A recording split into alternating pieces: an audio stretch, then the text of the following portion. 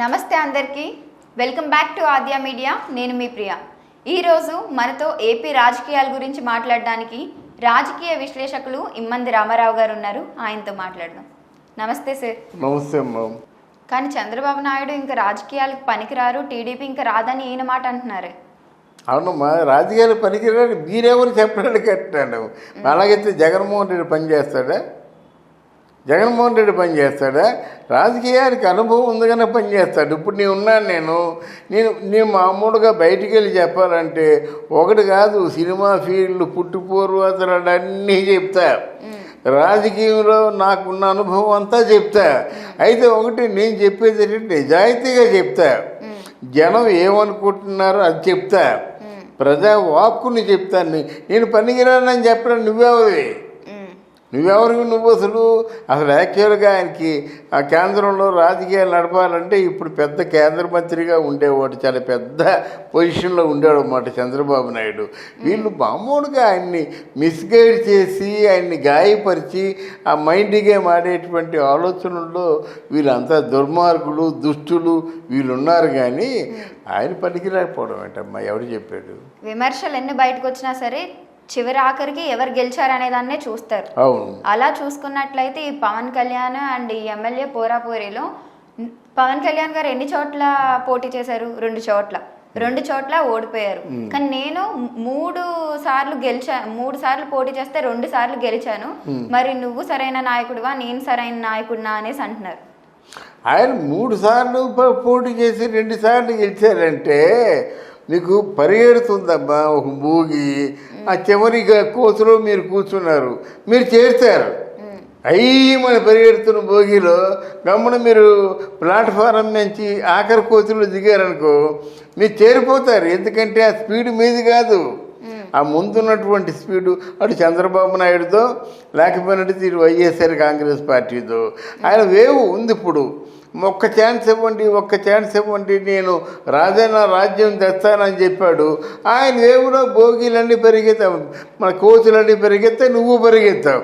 ఈయన అలా కాదు కదా, ఈయనే ఇంజిన్ తయారు చేసుకోవాలి, ఈయనే భోగిలు తయారు చేసుకోవాలి, ఈయనే పరిగెత్తాలి, ఈయనే రేసులో ముందున్నారంటే కష్టం కదమ్మా, కష్టం కదా.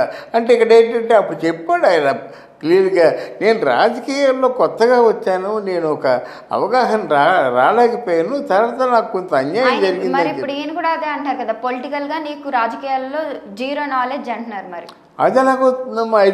5 సంవత్సరాల క్రితం నువ్వు ఎలాగున్నావు, ఇప్పుడు అలాగే ఉన్నావా? లేదు, నువ్వు మారావు కదా.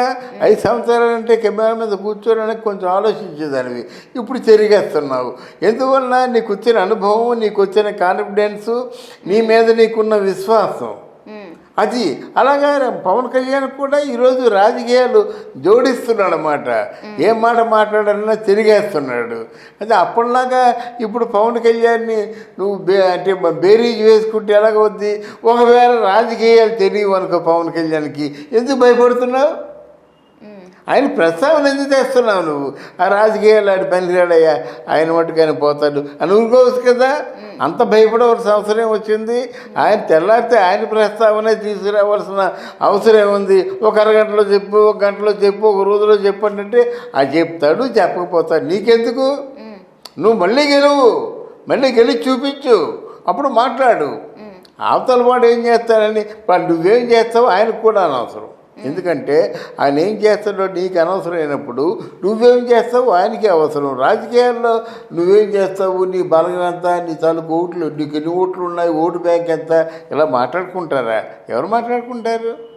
నీ మీద మంచి ఇంప్రెషన్ ఉంటే నేను గెలిపిస్తాను, నీ మీద చెడ్డ ఇంప్రెషన్ ఉంటే మొత్తం నేను ఓటేను, తొక్కేస్తాను నన్ను. ఆటోమేటిక్గా మీరు తీసుకుని ఓటులో మీరే పడతారు. అది చెప్పాలి. కానీ వీడికి ఎందుకు వేయాలి ఓటు? ఇట్లాంటి మాట ఒక రోజులో చెప్పాలి. నువ్వు ఛాలెంజ్ చేస్తున్నాను, నువ్వు గెలుస్తావంటే జయాపజయాలు నీ చేతిలో నా చేతిలో లేదు. ఎవరికి ప్రాప్తం ఉంటే వాళ్ళు గెలుస్తారు.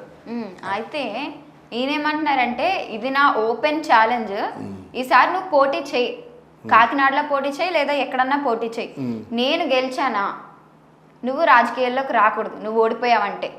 ఒకవేళ నేను కానీ గెలవలేదంటే నేను రాజకీయాల్లోకి రాను, ఈ ఛాలెంజ్ నీకు ఓకేనా అన్నారు. నీకు మాట చెప్తాను, నువ్వు కొత్తగా మంచి ఉత్సాహవంతురాడు కనుక ఒక మాట చెప్తా. మనకి స్వతంత్రం ఇంకా రాబోతుంది అన్నమాట. అప్పుడు గాంధీ మహాత్ముడు ఏమన్నాడంటే అంటే మామూలుగా సెంట్రల్ కాంగ్రెస్ పార్టీ తాలూకు అధ్యక్షుడిగా పట్టాభి సీతారామయ్య ఆయన నిలబెట్టారన్నమాట. గాంధీ తాత ఆయన భుజాన్ని పట్టుకొని, రే బాబు, అంటే కేంద్ర కాంగ్రెస్ పార్టీ తాలూకు ప్రధాన అధ్యక్షుడు పట్టాభి సీతారామయ్యకి ఓటేసినట్టయితే నాకు ఓటేసినట్టే అని చెప్పాడన్నమాట. అంటే ఎవరు ఆయనకి ఎదురు చెప్తారు?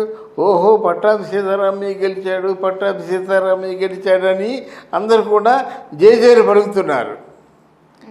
ఆ టైంలో ఎలక్షన్లో ఎవరు గెలిచారో తెలిసినా నీకు తెలుసా? అక్కడ ఆయనకు ఆపోజిట్గా సుభాష్ చంద్రబోస్ నేతాజీ నించున్నాడు. మరి అక్కడ గాంధీ తాతకి ఎదురు చెప్పలేదు ఎవరును, నేతాజీని గెలిపించారు. అంటే అప్పటికేంటంటే సుభాష్ చంద్రబోస్ కదా, ఈ నేతాజీ అనే పేరుని పలికిన వాడు కూడా గాంధీజీ. ఎందుకంటే నువ్వు సుభాష్ చంద్రబోసే కాదయ్యా, నేతగా ఉండవలసిన నేతాజీవి నువ్వు. అంటే నేతాజీ అనే పేరు వచ్చింది. అయితే నేతాజీ ఏం చేశాడంటే, లేదు నేను అలాగా వీళ్ళలాగా పనిచేసే ఆసామిని కాదు, నేను చేసేది నేను చేస్తాను, కానీ మీరు మీ వాళ్ళు ఎవరు ఉంటారు వాళ్ళే కాంగ్రెస్ పార్టీ అధ్యక్షుడిగా ఉంచండి, ప్రెసిడెంట్గా ఉంటారని తప్పుకున్నాడు అన్నమాట.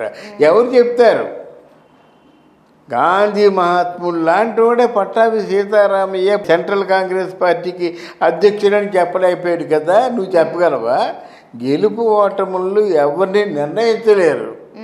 ఇప్పుడు నీ మనసులో ఉంటుంది ఓటు ఎవరికి వేయాలో. నువ్వు చెప్తావా, నాకు వేయచ్చు వేయకపోవచ్చు.